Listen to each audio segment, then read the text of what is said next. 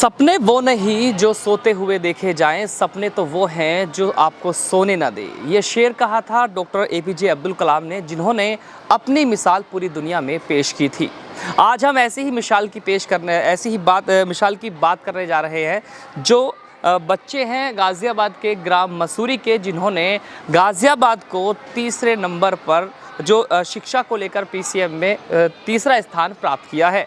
अभी जैसे ही कल इंटरमीडिएट और 10वीं का रिजल्ट उत्तर प्रदेश का जो घोषित हुआ है, उसके बाद से देखा जाए तो पूरे ही राज्य में मुस्लिम समाज ने काफ़ी नाम रोशन किया है।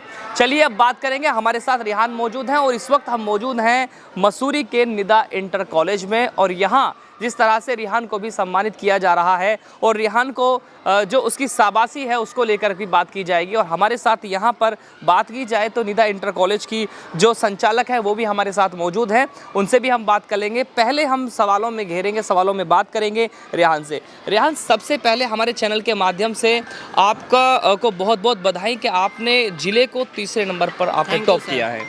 थैंक यू तो सर। मतलब आपने जो पढ़ाई की है, किस किस तरह से तैयारी रहती थी आपकी, कैसे कैसे पढ़ते थे, क्या रूटीन था आपका?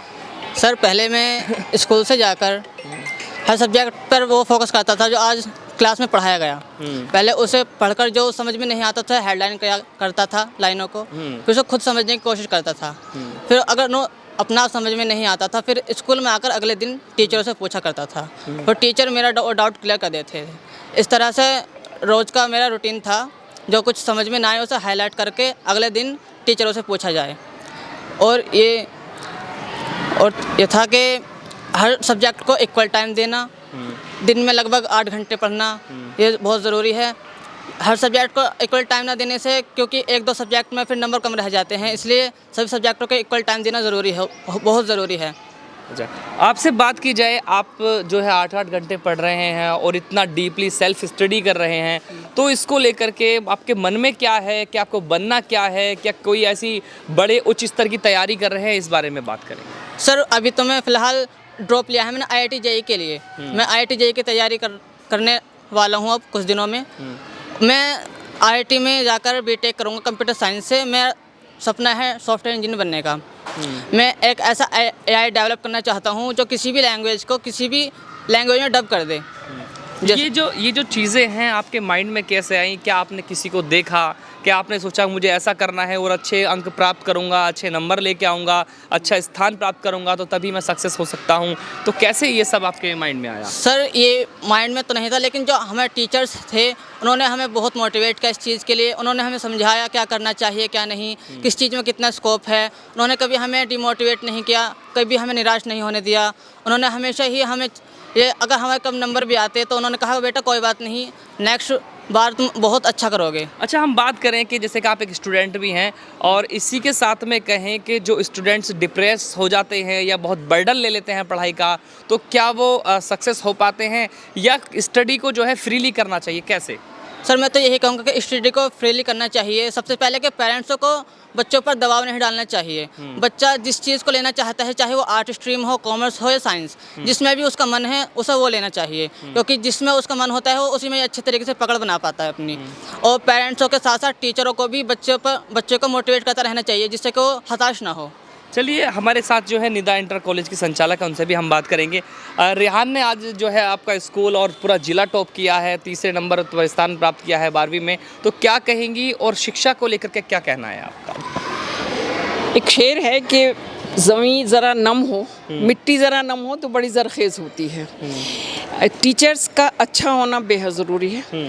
उसके साथ साथ एक काउंसलर होना भी बहुत ज़रूरी है। तालीम के साथ तरबियत का होना बहुत ज़रूरी है, और इस बच्चे को तालीम के साथ तरबियत मिली है, क्योंकि ये 10th क्लास यहीं से रहा है, और वो चीज़ जो बेस बनती है वो 10th तक बन जाती है। और यहाँ के पूरे स्टाफ ने माशाल्लाह ये है, उनका अहद है कि हमें अपने बच्चों को हर उस चीज़ पर मोटिवेट करना है कि जो उसको आने वाले ज़माने में मिलना है, और वही कोशिश हमने की है और वो हमारे बच्चे ने कर दिखाया है। राज्य के बच्चों को क्या संदेश देना चाहेंगे? अनस, आप बहुत अच्छे शिक्षा को लेकर रात दिन मेहनत कर रहे हैं, बच्चों के फ्यूचर के बारे में लगातार सोचते आ रहे हैं, तो जो राज्य के बच्चे हैं जिन्होंने मुस्लिम समाज से भी हैं, हिंदू समाज से भी हैं, काफ़ी अच्छा नाम उन्होंने रोशन किया है इस बार, तो क्या कहेंगे? सर मैं यही कहना चाहूँगा कि रेहान ने ना जो करा है ये एक रिकॉर्ड बनाया, हिस्ट्री बनाई है और इससे इतने बच्चे मोटिवेट होने वाले हैं अब कि इस मसूरी क्षेत्र में इस आसपास के जितने भी लोग हैं इससे बहुत मोटिवेट होंगे। जो आने वाले बच्चे हैं उन्हें समझ आएगा कि हमें आईआईटी में जाना है तो हमें पीसीएम लेनी है, हमें एक डॉक्टर बनना है तो पीसीबी लेनी है, तो हर चीज़ को वो समझ पाएंगे और ज़्यादा इंटरेस्ट लेंगे पढ़ाई में, क्योंकि उन्हें आज समझ आएगी ये चीज़ कि हाँ हम भी नाम रोशन कर सकते हैं, हम भी डिस्ट्रिक्ट टॉपर हो सकते हैं और हमारे क्षेत्र से भी कोई इतना आगे बढ़ सकता है। तो ये बहुत खुशी की बात है हमारे लिए और सभी क्षेत्र के लोगों के लिए। हमारे साथ यहाँ पर वाइस प्रिंसिपल भी हैं निदा इंटर कॉलेज से, उनसे भी हम बात करेंगे। सबसे पहले मैं आपका नाम जानना चाहूँगा। माधुरी मिश्रा। मैं वो मंत्र जानना चाहता हूँ जिस मंत्र से बच्चे आगे बढ़ सकें और ये समझ सकें कि उनको केवल अपना ही फ्यूचर दिखाई दे। बच्चे तो कंटिन्यू अगर पढ़ाई करेंगे तो मंत्र तो यही है, विद्या का मंत्र है कि कंटिन्यू पढ़ाई करनी है बच्चों को।